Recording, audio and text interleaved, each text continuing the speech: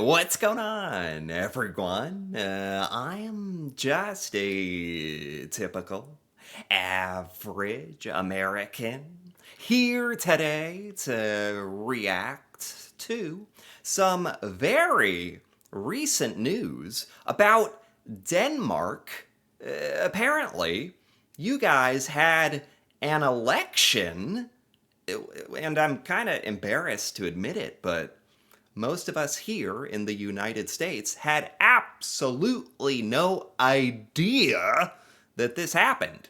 And so today, I want to learn about Denmark's election results and what it all means for the future.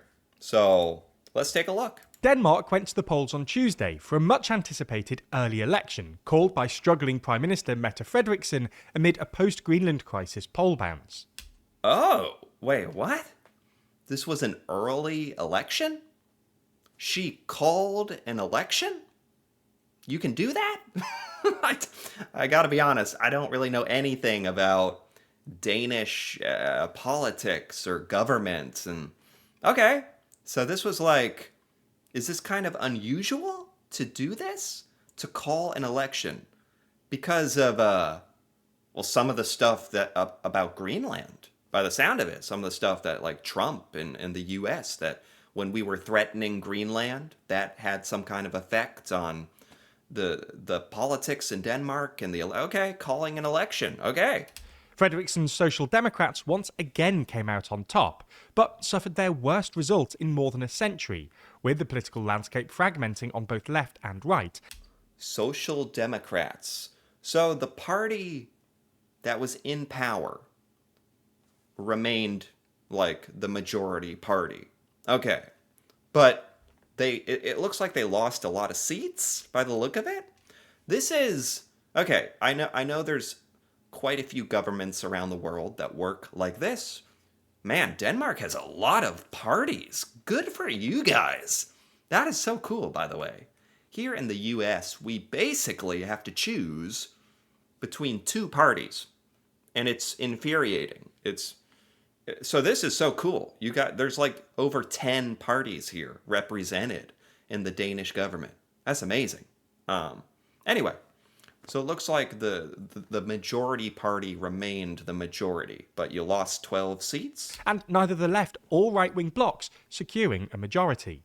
So in this video, we're going to explain the run-up to the election, the results, and what the next Danish government might look like. To start with, some key background. Danish politics has traditionally been organised into two multi-party blocs.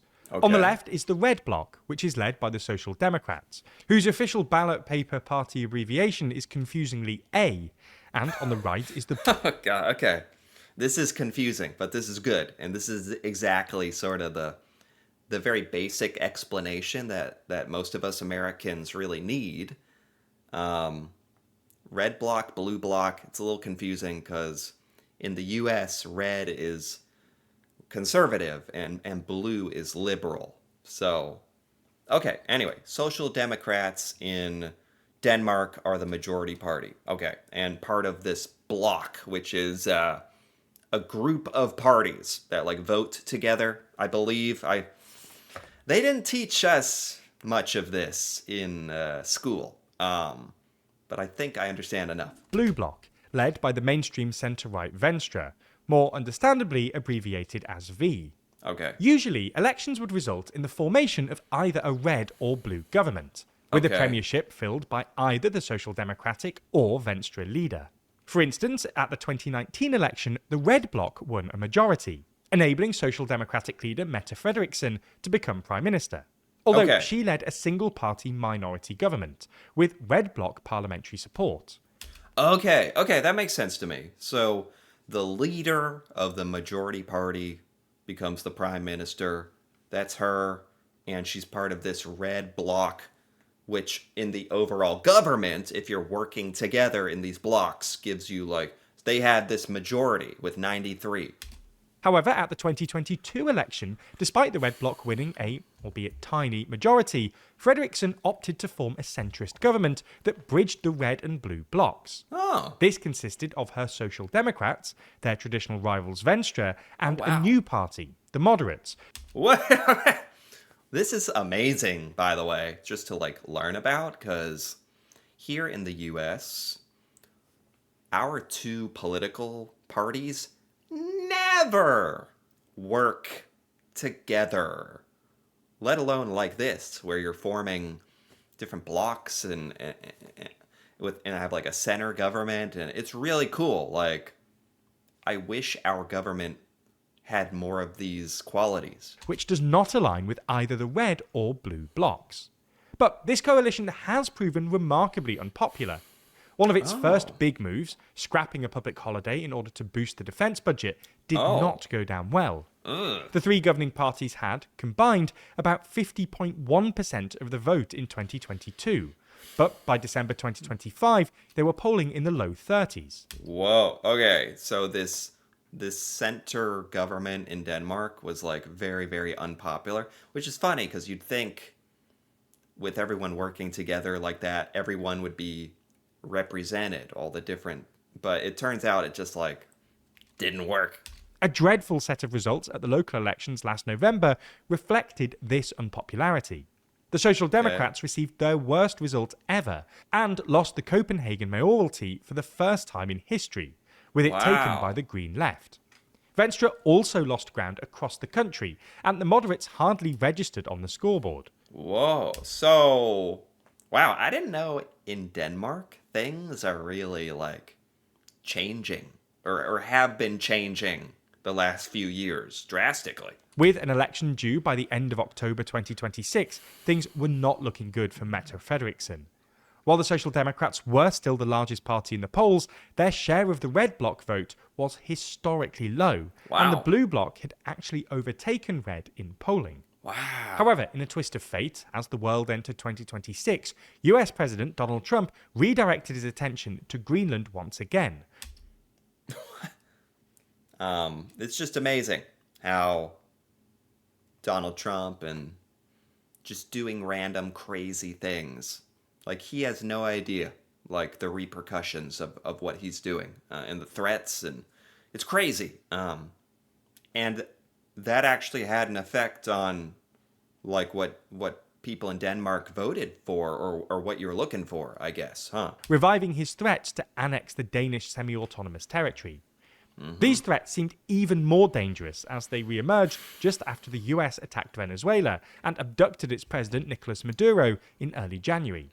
Right. The Danish government's firm response in defence of Danish and Greenlandic sovereignty, which included rallying European and NATO allies to join Denmark in boosting their military footprint on the island, was well received by the public. Okay, so Denmark's response to the whole Greenland situation was really good and well received, and I totally agree with like everything that Greenland and Denmark had to say. That whole situation was so, oh my god, how embarrassing. How embarrassing for the United States. I'm glad that's kind of over now. Jeez. Polls in the aftermath showed a rally round the flag effect, with a bump in support for the Social Democrats and the moderates, whose leader, Foreign Minister Lars Løkke Rasmussen, was prominent in the Danish response alongside Prime Minister Frederiksen. Ah, so that situation, the Greenland thing, actually like helped like the Social Democrats in Denmark. Okay. And so, hoping to capitalise on this change in fortune, Mette Frederiksen announced on the 26th of February that she was calling an early election for the 24th of March. Oh. So they can just call an election whenever. Like the Prime Minister gets to decide? Wow. And it was kind of a strategic thing. Like, she felt like her popularity was high. So, best to have an election right now. Some 7 months ahead of schedule. However, arguably, Greenland was not as major a campaign theme as much of the international press made out. Domestic political issues were hotly debated, including taxation, cost of living, migration, water quality, the housing crisis, renewables and nuclear energy, and even animal welfare in Denmark's massive pork industry. Whoa.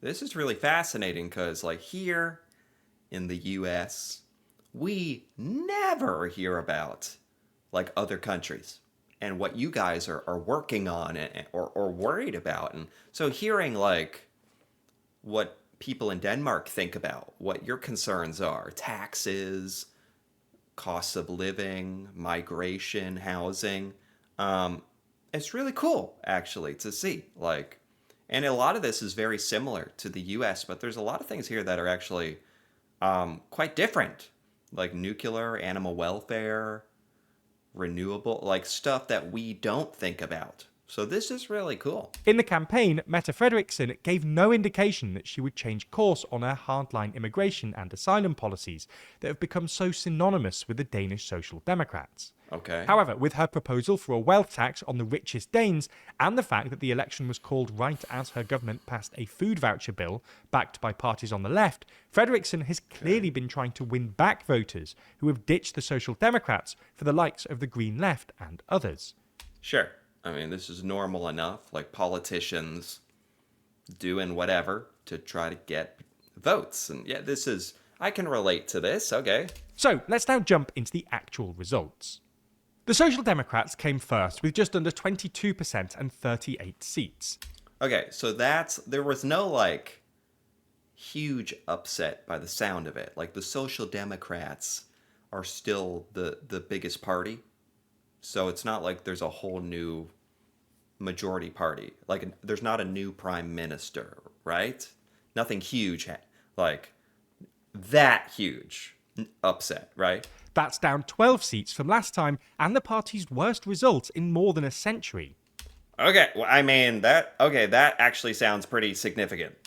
The Green Left rose to second for the first time ever with 11.6% and 20 seats. Wow. Venstre came third and suffered their worst result ever with 10% and 18 seats. Okay, never mind. Like, a lot of the legacy parties, like, that have historically, like, done very well actually did as bad as they've ever done.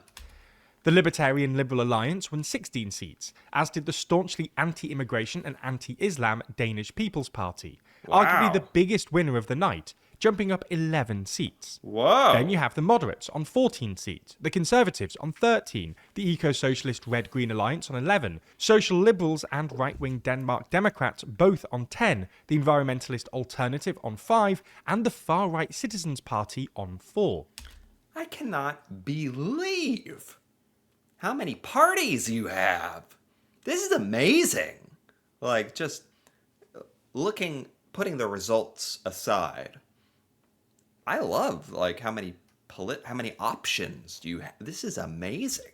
Not including the 4 Greenlandic and Faroese seats, that leaves the Red Bloc with 84 seats, but short of the 90 needed for a majority, and the Blue Bloc on 77, with the moderates once again the kingmakers in the middle. Wow. Now, these are interesting results for a whole load of reasons. The Greenland bounce that the Social Democrats enjoyed is yet more evidence of Donald Trump being an electoral liability for the global right, particularly the European right. However, we shouldn't make out that this was a good result for the Social Democrats. They retained their first place position and were perhaps saved from a greater electoral disaster. But, at the end of the day, this is still a historically bad result for the Social Democrats. Wow. So this is a very significant election. And it seems like maybe the sentiment and the politics of Denmark are changing. Like, wow. And this is like, who knows what'll happen the next election? Or, I mean, who knows what's going to happen? Like, at this point, especially as an American, I have no idea what's going to happen.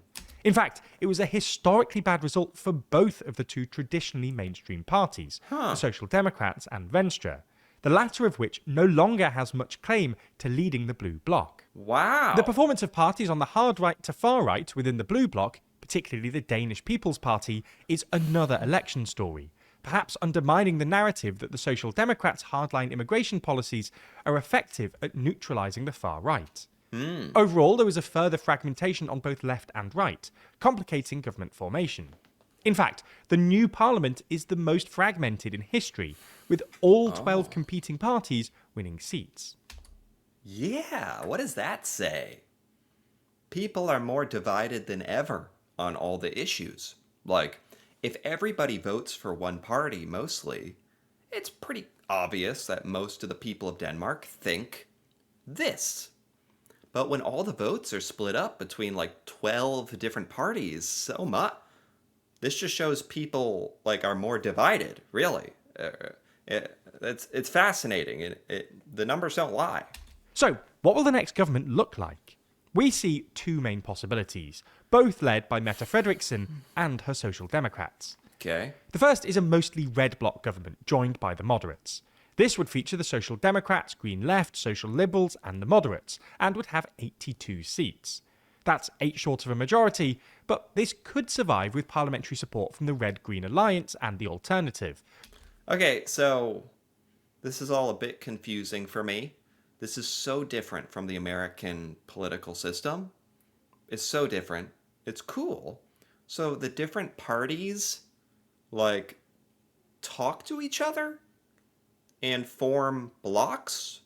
Like, they have, like, negotiations and decide how they're going to do this, I guess? How they're going to form a majority? It's just like the parties talking to each other? Which are both red bloc but very unlikely to join a government. The stumbling block here, though, is that the moderates have said that they don't want to join a government that relies on votes from the Red-Green Alliance. The moderates' Lars Løkke Rasmussen would prefer another bloc-spanning coalition. You could, for instance, form a 93-seat coalition comprising the Social Democrats, Venstre, moderates, Conservatives and Social Liberals. But this is the least likely of our two suggested outcomes. Venstre's leader said after the election that he would not form another government with the Social Democrats. Wow, so there's a lot of politics in trying to get other parties to like work with you and vote with you, and this is a very interesting political system. Really interesting. Plus, a 5-party coalition would be uniquely unwieldy. There's never been a peacetime government with more than 4 member parties. Ultimately, the coming weeks will be frantic, with party leaders drawing and breaking red lines and seeking to leverage their influence whilst negotiating the next Danish government. Sure. Okay. That was fascinating. Oh my god. It's so cool to learn about politics and what's happening in other parts of the world. And we, in the US, we never hear about like what's going on in Denmark. I didn't even know you had an election. So this was really cool. I feel so much more informed. Like I actually kind of understand what's happening. So that's really cool. So anyway, if you enjoyed this, feel free to give this video a like or leave a comment with your thoughts on the Danish election. And if you're interested in more videos like this, feel free to subscribe for more. And until then, thanks for watching and see you next time.